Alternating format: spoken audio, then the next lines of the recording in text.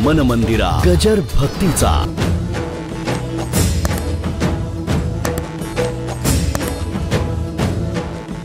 मध्ये म्हणे पेपरमध्ये छापून आलं की एका अट्टल चोराला पकडलं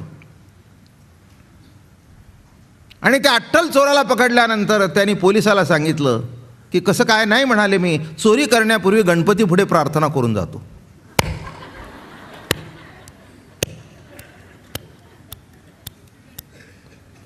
आता एवढाच जर त्या गणपतीचा उपयोग असेल तर गणपतीही धन्य आणि भक्तही धन्य.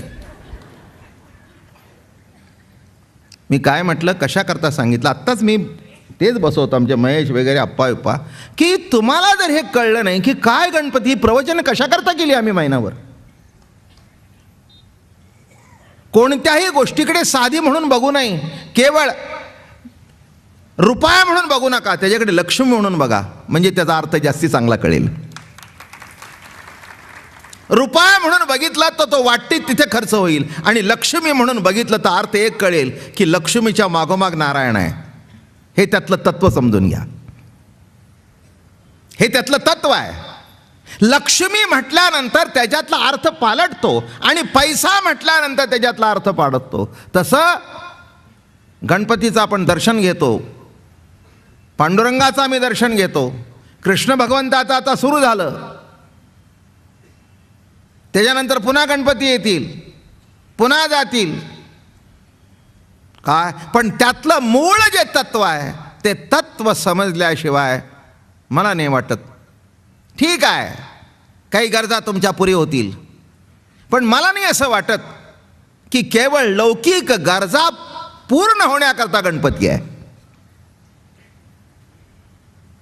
निज ज्ञानाची ओळख, त्या गणपतीची प्रतीती आपल्याला प्रतीत होणं हीच. कारण का, शेवटी देव हे तत्व एकच आहे.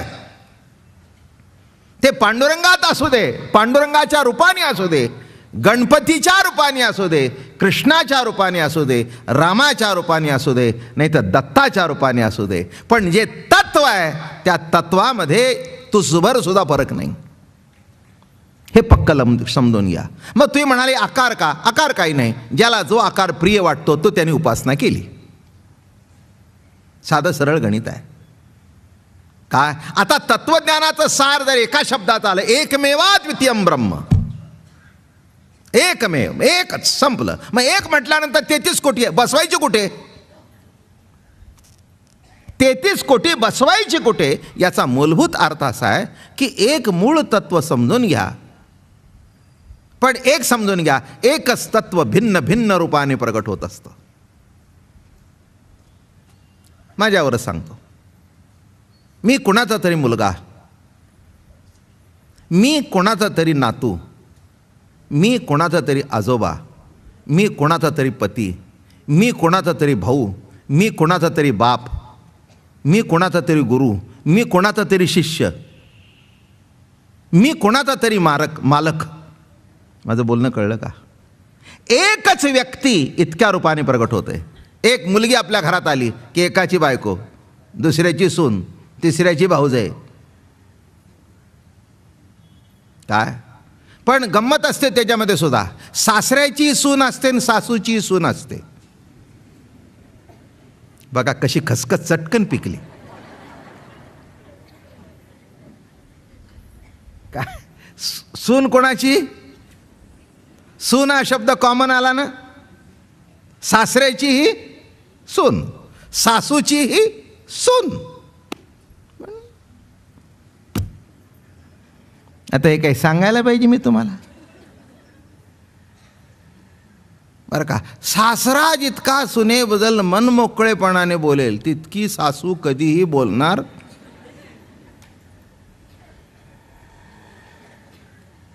का? कधीही बोलणार नाही ती मनमोकळेपणाने. सासरा म्हणेल आज सुनबाईनी छान केलंय, मी शिकवलं. ती तिला स्वतंत्रपणाने क्रेडिट कधीही घेऊन देणार. मी कशा करता सांगतो की एकच शब्द, एकच सून शब्द, पण तो इकडे निराळा आहे, इकडे निराळा आहे. काय इकडे बघण्याची दृष्टी निराळी आहे, इकडे बघण्याची दृष्टी निराळी आहे. मग एक व्यक्ती इतक्या रूपाने जर प्रगट होते तर मग एक ईश्वरी सत्ता इतक्या रूपाने प्रगट झाली तर काय अडचण आहे? काहीच अडचण नाही, काहीच अडचण नाही. ज्या त्या वेळेला जे ते आता गणेश चतुर्थी आली की झालं सुख करता दुःखार्ता सुरू झालं. आषाढी वारी की युगी 28 विटेवरी उभा. काय काय आता मिरवणुकीला निघाले कुठे? गणपतीच्या थोड्या दिवसांनी. वारी आली की काय ते पुण्यात म्हणत असतात पालखी, काय ती कोणा आली आली पालखी ज्ञानोबाची की काहीतरी चाललं. पोरं ते घेऊन निघाली. तत्वता अर्थ असा आहे की मूळचं एक तत्व समजणं हे आवश्यक आहे. आणि आमच्या परीने आम्ही प्रयत्न केला की आपल्या पुढे गणपतीचं स्वरूप लक्षात यावं, म्हणजे कुठेही इकडे तिकडे जाणार नाही. एकदा त्यातलं महत्त्व कळल्यानंतर लक्षात ठेवा, हे घड्याळ आहे, असेल काय त्याची किंमत 1000 1500 असेल, 2000 असेल, काही विशेष नाही त्याच्यात. पण या घड्याला किंमत केव्हा आहे? एखादा आपल्या वडिलाची असती वस्तू असते बरं का. आता आमच्याकडे आमच्या आजोबांचा एक चष्मा आहे, दादा महाराजांचा. सगळ्याकडे 2-2 चष्मे आहेत. पण आप्पा आम्ही त्या चष्म्याची लक्ष्मीपूजनला पूजा करतो, कारण तो दादा महाराजांचा आहे. माझं बोलणं कळलं? आमच्या सद्गुरूने तो चष्मा वापरला, आपल्या डोळ्याला रोज लावत होते, म्हणून लक्ष्मीपूजना दिवशी तेही बॉक्स तिथे ठेवलेलं असतं, त्याचीही पूजा करतो. चष्माच, काचाच, पण त्या कुणाच्या आहेत हे लक्षात आल्यानंतर तो चष्मा सुद्धा पूजेची वस्तू ठरतो. तसं देव कोण आहे, गणपती कोण आहे, काय आहे? अरे हा कुणीही चष्मा डोळ्याला लावलाय, त्या चष्म्याला वंदन करताना असं वाटतं दादा महाराजांनी हा चष्मा लावून ज्ञानेश्वरी सांगितली. शेवटी जीवनामध्ये संताचा चष्मा मिळणं हे महत्त्वाचं आहे ना, नाही का? साधू संताचा चष्मा मिळणं, त्यांची दृष्टी आपल्याला प्राप्त होणं. कशा करता मी हे सांगतोय? कारण आता आवरत आलंय प्रवचन बरं का, उद्या आणि परवा. तेव्हा याच्यातला महत्त्वाचा भाग लक्षात घ्या. नुसतं कोणी विचारलं तर म्हणू नका आम्ही गणपतीवर ऐकलं. नव्हे नव्हे नव्हे, माऊलीच्या शब्दात गणपतीचं स्वरूप ऐकलं, हे महत्त्व कळायला पाहिजे. नाही तर ठीक आहे, बाकीचा सगळा तुम्हाला माहिती आहे. आणि म्हणून काल आपलं प्रवचन चालता चालता सोंड सांगितली, आता त्याच्या पुढचा भाग आहे. तरी संवाद तोची दशनू दो समता शुभ्रवर्णू देव उन्मेष सूक्ष्मे क्षग्नो विगड राजू. तसेच प्रश्न रूपी चर्चा हाच गणेशाचा दात होय. एक खंडित आहे आणि एक दात आहे. तो कसा आहे? अत्यंत शुभ्र बरं का. म्हणजे शुभ्र दात शब्दाचा अर्थ कळला का? म्हणजे निपक्षपातीपणाने चर्चा केली जाते. काही माणसं दात खाऊन चर्चा करतात, कळलं का? आता गणपती बाप्पा दात दाखवून चर्चा करतायत. वर्म लक्षात घ्या. दात धर असं दातवट खाऊन, त्याचाही सांगतो मी तुम्हाला. तसं इथे कसं आहे? निपक्षपातीपणा हाच पांढरा रंग आहे. ज्ञानरूप बारीक डोळे असलेल्या विघ्नाचे नियमक आहे. देव उन्मेष सूक्ष्मे क्षणो विघ्न राजू. आता भाग असा आहे की संवाद म्हणजे प्रश्न उत्तररूपी संभाषण बरं का. त्याच्यात काय आहे? वाद, जल्प, वितंड असे 3 प्रकार आहेत वादाचे. काही वेळेला कसं असतं, आपलेच मत खरे करण्याच्या उद्देशाने केलेले भाषण हे जल्प म्हणतात. आपलंच, मी म्हणतो तेच खरं. काही माणसं फार दुराग्रही असतात. मी म्हणतोय ना, म्हणजे ते ना तुम्ही समजून जरी सांगितलं तर तो ग्रस्त कधी ऐकणार नाही. मी म्हणतो तेच खरं. अशी जी माणसं असतात ती वाद घालतात, ती कोणाचं ऐकून घेत नाहीत. तुमच्या घरात असतीलच की, काय तोटा आहे का? काही नाही तर बाहेरची तरी कोणीतरी माहितीची. काही घरामध्ये बायको जल्प करणारी असते, काही घरामध्ये पुरुष असतात, काही घरामध्ये दुसरी माणसं असतात. ऐकून घ्यायचं, चुकीचं असलं तरी त्या वादाला काय म्हटलं हे प्रकार सांगतो. जल्प म्हणतात. माझंच मत खरं. बस. म्हणजे त्याच्यामध्ये तुमच्याकडून ते ऐकून घेतील. एक लक्षात घ्या, समोरच्याचं बरोबर आहे हे जरी कळलेलं असलं तरी कबूल करायचं आणि वाद घालत बसायचा, जल्प. आणि असा जेव्हा वाद होतो तेव्हा तो त्रास देतो, त्रासच देतो, नाही का. अनेक ठिकाणी असे वाद होत राहतात, नाही असं काही नाही. संसारामध्ये तर पावलोपावली होतच असतात. घरात होतात, दारात होतात, बाहेर होतात, जल्प.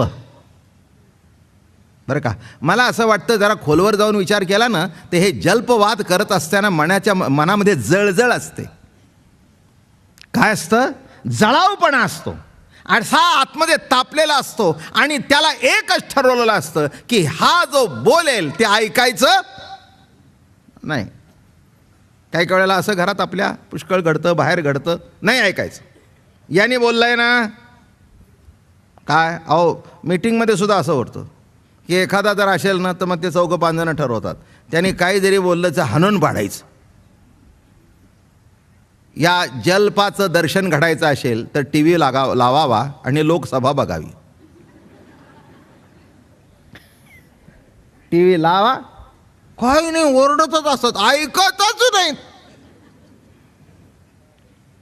नाही का, ऐकतच नाहीत. काय चालू आहे काय नाही. यांचं खरं असलं तरी आपण विरोधी पक्षात बसलोय, हाण, ते म्हणतात कसं, हाण, झालं इकडून तिकडून सुरू. आणि शेवटी तो म्हणतो उद्या 1 वाजेपर्यंत सभा संपलं. कळलं का आता?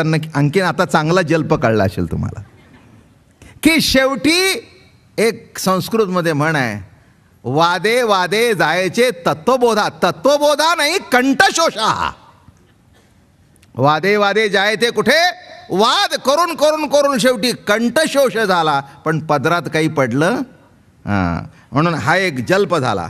मग पक्षहीन पण केवळ परम दूषणाकरता केलेल्या भाषणास वितंड म्हणतात. काय म्हणतात?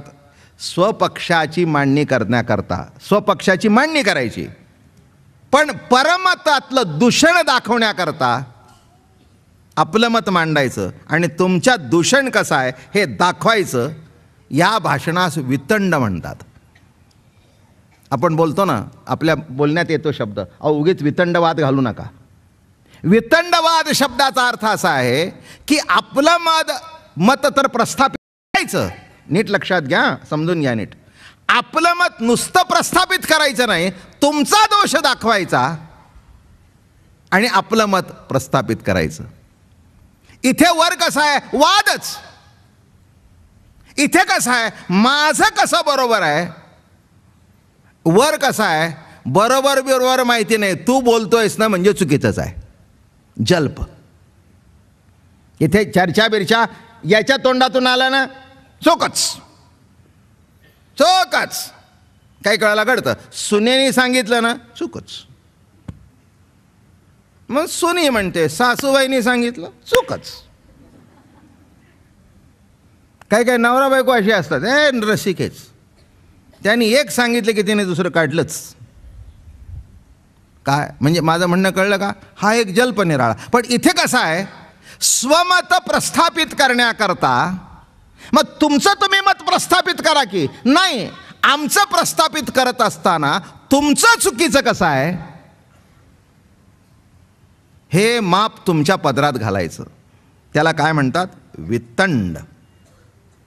आता एक जल्प सांगितला, एक वितंड सांगितला. आता शेवटी इथे शब्द काय आलाय? तरी संवाद तोची दशनो. आता जवळजवळ 1 महिना तुम्ही जे खुशीने येता, टाळ्या वाजवता, हसता, का कळलं का तुम्हाला? हा तुमच्या माझ्यातला संवाद आहे.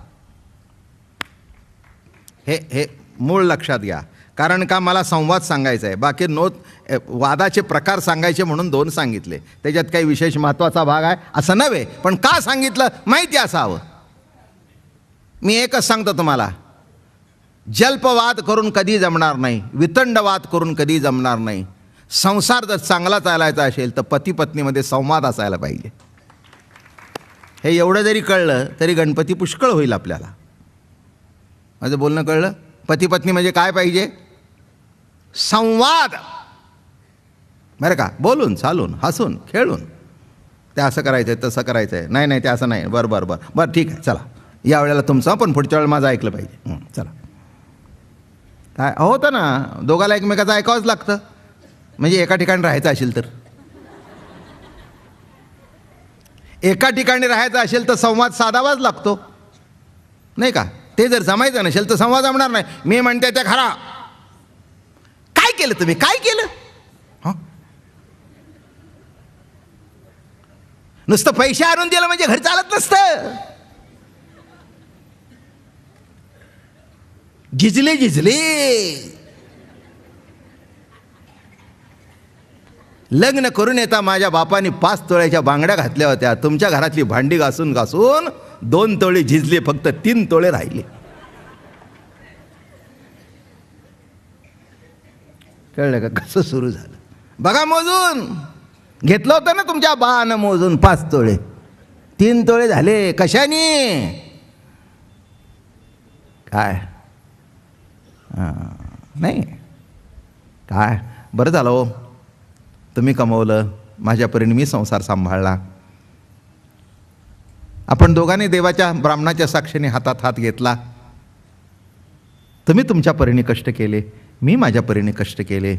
आज आपण इथपर्यंत आलो, आपली मुलं मोठी झाली, बरं चाललंय, ठीक. संवाद. शेजारच्यानी बघा काय केलं. आता अगं तुझं शेजारच्याशी लग्न लागलंय का माझ्याशी लागलंय?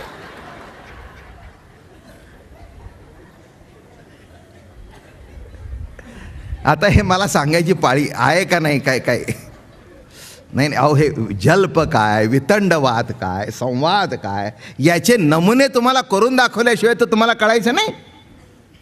नाही, आणि करून दाखवले की कळल्याशिवाय राहणारच नाही. किंबहुना घरी गेल्या गेले याच्यावर सुद्धा वाद सुरू होईल. गेल्या गेल्या काय महाराज सांगत होते तुम्हाला की नाही, सवयच आहे उकरून उकरून काढायचं, झालं सुरू. म्हणजे माझं बोलणं कळलं का? या माझ्या सिद्धांतावर चर्चा करता करता मारामाऱ्या. मुलगा बरोबर होता, तो म्हणला बाबा आई जरा लीट लक्ष द्यावा. महाराज म्हणले, महाराजांनी वर्णन केलं पण संवाद, अरे म्हणले गेलंच डोक्यातून. माझं म्हणणं थोडंसं नीट लक्षात घ्या. तसं इथे काय आहे? कृष्ण अर्जुनाचा संवाद आहे. ज्ञानेश्वर महाराज श्रोत्याशी संवाद साधतायत. हे सगळं जर एकंदर बघितलं तर हा सगळा संवाद आहे. दुसरा अगदी वेदांताच्या भाषेत सांगायचं, अगदी गोष्ट सांगायची म्हटली तर शंकराचार्य आणि मंडन मिश्र वादच. शंकराचार्य आणि मंडन मिश्र असं तसं नाही, तुझं मत खरं का माझं मत खरं. जिथे खंडन आणि मंडन आलं, खंडन नाही मंडन नाही, एकमेकाची मतं समजून घेणं नामे संवाद. नीट समजून घ्या, फार उपयोगी पडेल तुम्हाला. खंडन मंडन नाही. खंडन म्हणजे काय? एक मंडन केलं की दुसऱ्याने खंडन केलं, हे तुमचं असंच आहे, नाही नाही असंच आहे. खंडन आणि मंडन करोच नाही. काय संवाद? अहो आता आपल्या मुलीचं लग्न आलं, हो मुलगा चांगला आहे, चांगला आहे, बघून टाका. तुला काय झालं बोलायला? हां, ₹1,00,000 हुंडा मागतोय. ते म्हणली अहो जरा नीट शांततेने बसा. हां, एवढं वस्कन अंगावर यायला काय झालं? नाही म्हणजे खेकसायला काय झालं? जरा शांततेत घ्या, संवाद करा. हां, अहो ठीक आहे, माझं बोलणं तर ऐकून घ्या. संवाद सांगतोय बरं का. बरं बरं बरं सांग. मग चांगलाच असलं की नाही? अहो अगं पण तुला काही कळतं का नाही? अकल आपल्याला परवडेल का? हे बघा तुम्ही जरा खाली बसा, माझं ऐका नीट. हे बघा 5-50 हजाराकडे बघू नका, आपल्या पोरीचं कल्याण होईल ना. वाईट मिळालं आणि मग घरात येऊन राहिली आणि आयुष्यभरची पोचावी लागली, लाखोनी जाईल. त्यापेक्षा असं करा, तुम्ही काळजी करू नका. माझं लग्नातलं सोनं 25 तोळे होतं ना, त्याच्यात 5 मी घालते. घ्या संवाद. छा मी ठरवलंय बायकोचं काही घ्यायचं नाही. मग कोणाचं घेता?